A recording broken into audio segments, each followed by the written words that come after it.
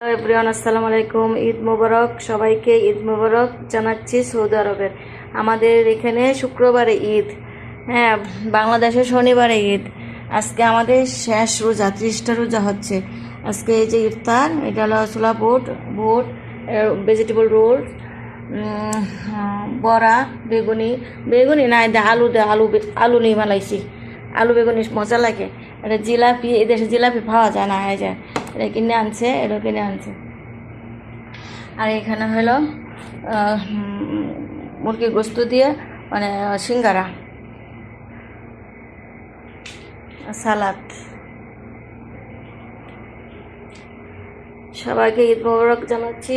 দোয়া করবেন, আল্লাহ যেন সবাইকে ভালো রাখুক, সুস্থ রাখুক। যারা ভালো আছেন, সুস্থ আছেন, আগামীতে রোজা রাখার তৌফিক দান করুক। আমাদেরকেও দোয়া করেন।